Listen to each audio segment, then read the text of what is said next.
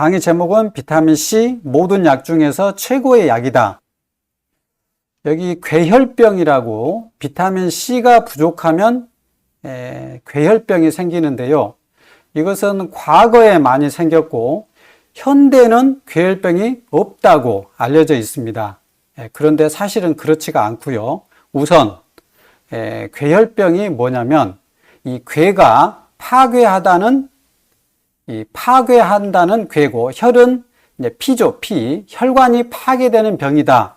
이렇게 해서 괴혈병인데 이 괴혈병은 비타민C가 부족하면 이 혈관이 파괴가 돼서 여러 군데서 피가 납니다. 특히 잇몸에서 많이 나고 피부에서 많이 나고 그렇게 하면서 기운이 없고 심하면 사망까지 하는 병이 괴혈병인데요.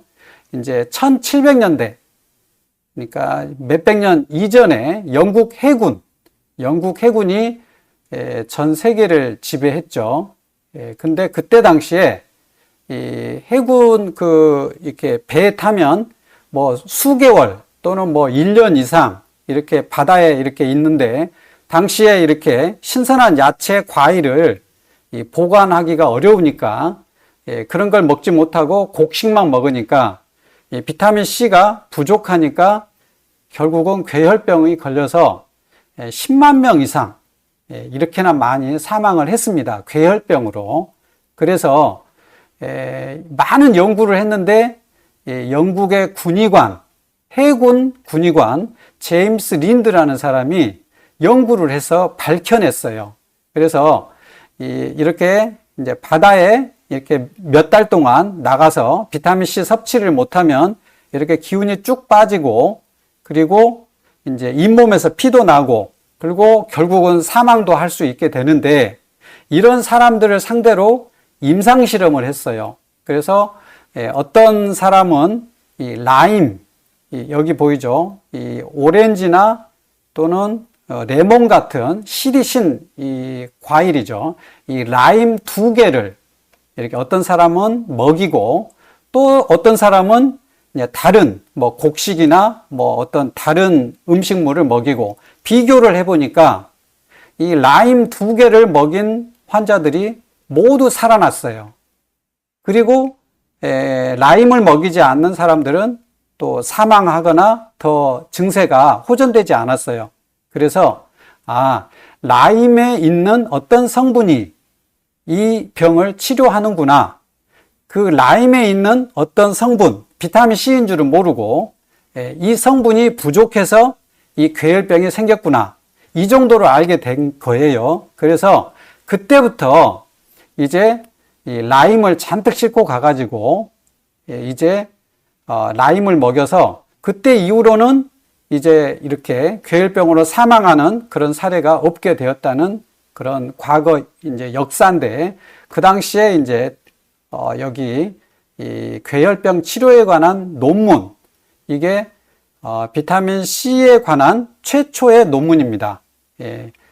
이런 제임스 린드가 이 논문을 최초로 썼고 그리고 1795년에 영국에서 해군 병사는 하루에 감귤류 2개를 꼭 먹어야 한다. 이런 것을 법으로 제정을 했습니다. 그래서 괴혈병, 비타민C가 부족하면 생기는 괴혈병. 이것은 어떤 증상이 있는가? 여기 쭉 나와 있는데 이제 비타민C가 콜라겐 이 형성에 꼭 필요한 물질인데 비타민C가 부족하니까 콜라겐 형성이 안 돼요. 그러니까 이 혈관에 이 콜라겐이 필요하거든요. 혈관에 탄력을 주는. 그러니까 혈관이 약해지니까 쉽게 이 혈관이 터져가지고 출혈이 일어나는데 이제 쉽게 보는 게 이제 잇몸 출혈이죠. 그래서 잇몸에서 출혈이 나고 이빨이 빠지고 또 뭐 피부가 마르고 관절의 통증 또 근육이 힘이 없고 또 감염이 잘 되는 거죠. 비타민C가 부족하면 면역이 떨어지죠. 감염이 잘 되고 또 피곤하고 이런 증상들을 괴혈병이 보였는데 다음 슬라이드 볼게요. 현대인이 괴혈병이 있을까요? 있습니다.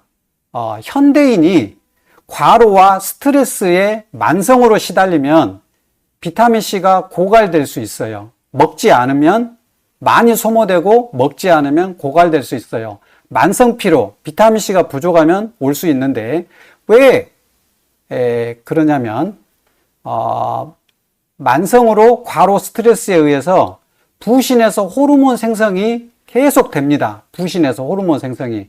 그 호르몬이 이 피로에 대항하는 호르몬이거든요. 부신 호르몬이. 그런데 여기 보시면 이 장기별 비타민C 농도를 보여주는데 뇌하수체 40에서 50, 부신, 이 부신 호르몬을 만드는 거요. 30에서 40, 그리고 눈, 간, 심장, 신장, 골격근, 혈장 이렇게 해서 각 장기별 비타민C 농도를 보면 뇌하수체 다음으로 부신에서 비타민C 농도가 높습니다. 그래서 이 푸른잎을 먹기 힘든 북극의 이누이트 그 부족들은 이런 그 큰 생선을 잡으면 부신부터 꺼내서 먹었다는 그런 이야기도 있죠. 비타민C를 먹지 못하니까. 그래서 부신은 비타민C가 많이 필요한 장기이다. 그런데 이 비타민C가 부족하면 부신 호르몬 생성이 저하되겠죠. 이것은 혈압을 유지하고 심장 기능을 도와줘요. 그런데 이게 부족하면 결국은 혈압이 떨어지고 심장 기능이 떨어져서 심장에 부정맥이 와서 사망할 수 있는 겁니다. 그래서 이 과로사 있잖아요. 과로사. 너무나 오랫동안 과로하거나 극심한 스트레스. 또 이제 그 젊은 이 청년들이 이 PC방에서 몇 박 며칠을 쉬지 않고 게임에 집중하다 보면 이런 비타민C가 고갈돼 가지고 부신 호르몬이 또 역시 생성이 안 돼 가지고 심장 부정맥으로 돌연사하는, 이것이 바로 이 돌연사거든요. 이것이 바로 괴혈병 증상하고 똑같습니다. 방금 여기 이 선원들은 몇 달 동안 꾸준히 이 비타민C를 먹지 못해서 생기는 만성 괴혈병 증상이고, 이런 현대인의 돌연사는 이 비타민C가 만성으로 부족해서 한 것인데 갑작스럽게 사망하는 이제 그런 것이죠. 그래서 이런 이 돌연사는 비타민C만 먹어도 예방할 수 있다. 이 점 꼭 이렇게 말씀드리고 싶습니다. 비타민C 역사를 제가 이렇게 보면서 굉장히 감사한 생각이 들었는데요. 1928년도 오렌지에서 비타민C를 최초로 분리했어요. 그리고 1950년대에 소아마비 환자에게 비타민C 고용량 주사 치료를 해서 효과를 보았습니다. 소아마비는 바이러스 감염 질환이죠. 그래서 1970년대 암 환자에게 고용량 비타민C 주사를 시작했습니다. 그때 라이너스 폴링, 유앙 카메론 이 두 분이 이런 암 환자에서 고용량 주사를 했던 선구자적인 이런 사람이고,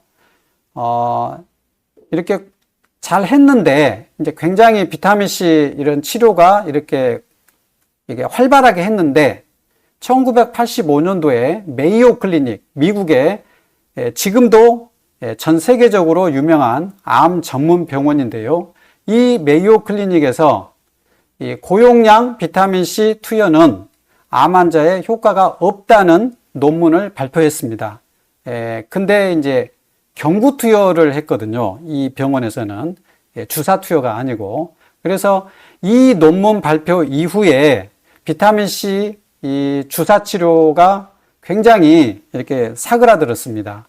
그런데 2004년에 미국 국립보건원, 이게 NIH, 이런 미 정부 기관이죠.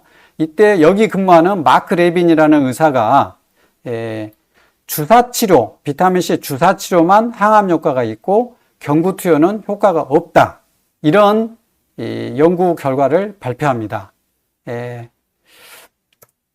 그리고 1980년대부터 미국의 리오단 클리닉이라고 있습니다. 리오단 클리닉. 이 클리닉에서 비타민C 고용량 주사를 굉장히 많은 치료를 했습니다. 지금도 하고 있고, 그래서 이 클리닉을 통해서 전 세계의 기능의학 의사들이 가서 배우고 보급을 해서 우리나라에서는 2000년대 전후에 우리나라에서는 비타민C 고용량 주사가 활발하게 시작됐고, 이제 저 같은 경우에는 2009년도에 처음 비타민C 고용량 주사를 시작했습니다. 15년 정도 됐네요.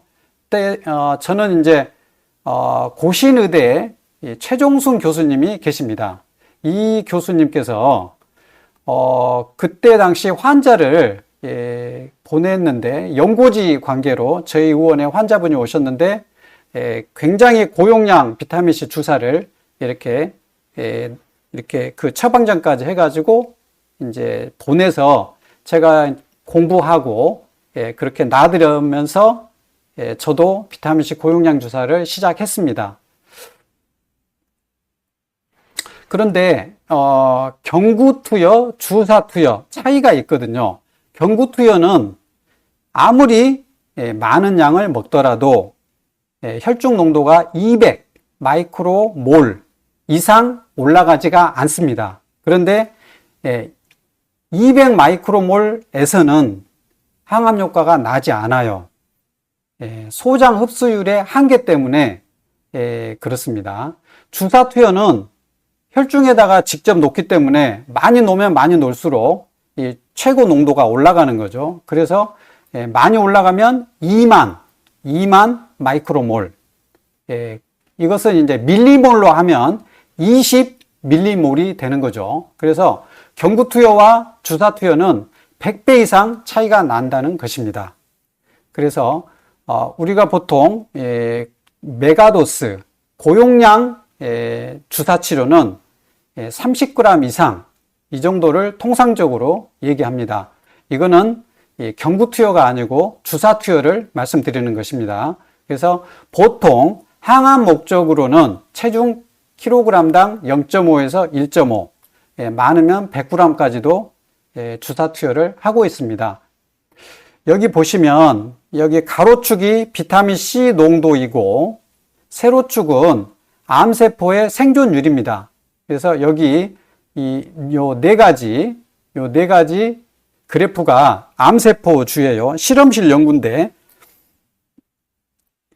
여기 정상세포는 여기 비타민C 농도를 계속 이렇게 올리잖아요. 그래서 10mm몰일 때 정상세포는 거의 90%가 생존해 있습니다. 그렇지만 이 세 개의 암세포 그룹은 딱 보면 40%만 생존해 있는 겁니다. 이 세로축은 세포 생존율이니까. 그래서 이 시험관에다가 암세포들을 넣고 비타민C 농도를 올려주면 10mm몰일 때 암세포는 약 40%만 생존하고 60%는 죽었습니다. 하지만 정상세포는 90%가 살아 있습니다. 그래서 암세포에 선택적으로 비타민C는 효과가 있다는 그런 논문이 되겠습니다. 비타민C가 바이러스 억제 효과가 아주 좋아요. 그래서 독감, 대상포진, 코로나 이런 바이러스 이 질환에서 비타민C 고용량 주사를 놓으면 굉장히 효과가 좋습니다. 이것이 서울의대 논문인데 이왕재 박사님이 유튜브에서도 이 논문에 대해서 말씀을 하셨어요. 어떻게 하냐면 이 호흡기 상피층이 여기 있습니다. 호흡기 상피층이. 그러면 여기에 그 바이러스가 침투를 하면 이 상피세포에서 그 인터페론이라는 이 물질을 분비해서 이 주위에 있는 세포들에게 뿌리면 이 세포들은 이 바이러스 그 단백질 합성 속도를 늦추거든요. 그러면 바이러스가 침투하더라도 이 복제하는 속도를 늦추는 효과가 있어서 그런 식으로 이제 저항을 하게 되는데, 인터페론은 이 항바이러스의 중요한 물질이 되는 것입니다. 그런데 여기 세로축은 이 인터페론, IFN이 인터페론이거든요. 인터페론의 이제 역가가 되겠고, 농도라고 생각하시면 되겠고, 여기 이 세 가지, 이게 WT가 이제 야생형 쥐입니다. 비타민 C를 만들 수 있는 쥐고, 이 굴로 쥐가 비타민 C를 못 만드는 쥐인데, 이거는 이제 비타민 C를 주었어요. 이거는 비타민 C를 안 주고, 그래서 이 세 가지 그룹에 이제 비교를 한 건데요. 이렇게 하얀색 그래프 세 가지, 검정색 그래프 세 가지인데, 이것은 이제 평상시에 이제 인터페론 농도를 본 것이고, 요것은 이제 이 쥐에다가 독감 바이러스를 주입한 후에 인터페론이 얼마나 올라갔는지를 보는 것입니다. 여기 보면 이 야생형 쥐, 비타민 C를 만들 수 있는 쥐는 이 평상시에 독감에 걸리지 않았던 시기에도 인터페론 농도가 이렇게 높습니다. 그리고 굴로쥐도 비타민 C를 공급하면 거의 비슷하게 인터페론 농도가 높습니다. 이러면 바이러스가 들어오더라도 쉽게 이렇게 전파가 잘 안 되겠죠, 복제가. 그렇지만 비타민 C를 만들지 못하는 이 쥐는 이렇게 인터페론 농도가 낮습니다. 자, 이 검정색 그래프는 이 독감 바이러스를 주입한 후에 이제 인터페론 농도를 보니까, 이 야생형 쥐는 또 이 비타민 C를 공급한 굴로쥐, 이 두 그룹은 인터페론 농도를 엄청나게 올렸습니다. 그래서 바이러스 복제를 대폭 늦추는 거죠.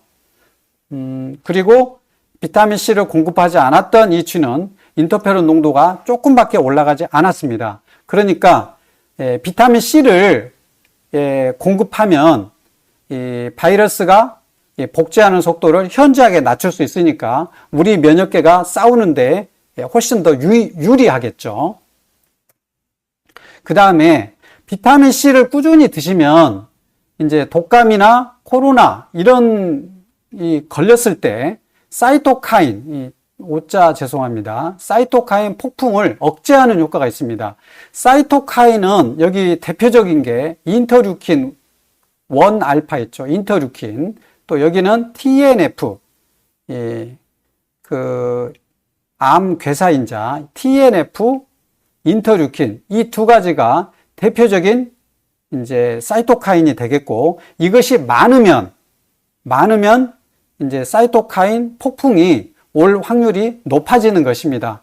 하지만 적당한 양은 필요합니다. 염증이 어느 정도 있어야 싸울 수 있으니까 적당한 양은 필요하지만 많은 양이, 지나치게 많은 양이 되면 그러면은 이제 사이토카인 폭풍우가 생기는 것이고, 여기 보시면 이 비타민 C가 있는 WT, 야생형쥐, 굴로쥐, 이거는 이 인터루킨 농도가 낮고, 여기 비타민 C가 없는지는 높습니다. 그리고 여기 까만색, 이 독감 바이러스를 주입한 후에는 역시 올라가는데, 그래도 이쪽 굴로쥐가 가장 많은 농도로 올라갔습니다. 그리고 이것도 TNF도 이 비타민 C가 없는 쥐가 가장 높게 분비가 됐습니다. 이렇게 많은 양이 분비되면 사이토카인 폭풍이 올 확률이 올라가는 것입니다. 그러니까 비타민 C를 꾸준히 먹고 이제 독감이나 감기나 또는 코로나나 걸렸을 때는 양을 더 늘려서 먹으면 사이토카인 폭풍을 억제하는 효과가 있다. 그런 논문이 되겠습니다. 라이너스 폴링, 이 과학자는 의사는 아닌데 노벨상을 2개나 탔습니다. 하나는 화학상이고 하나는 평화상을 탔는데요. 이분은 이제 비타민 C 주사 치료의 선구자라고 할 수 있고요. 그리고 여기 리오당 클리닉, 미국의 리오당 클리닉, 이거는 이제 비타민 C 주사 치료를 대중화시킨 전 세계의 기능학 의사들에게 보급한 그런 클리닉이 되겠습니다. 그리고 비타민 C의 항암 효과는 이 비타민 C가 여기 포도당의 구조식이 있죠. 그리고 비타민 C의 구조식이 있는데 비슷하죠. 비타민 C는 포도당이 원료입니다. 옥수수 또는 밀 이런 거에서 포도당을 추출해서 포도당에서 비타민 C를 만드는 거거든요. 굉장히 비슷하기 때문에 암세포는 포도당과 비타민 C를 구분을 잘 못해요. 그래서 이 암세포가 이 비타민 C를 포도당으로 오해하고 많이 받아들입니다.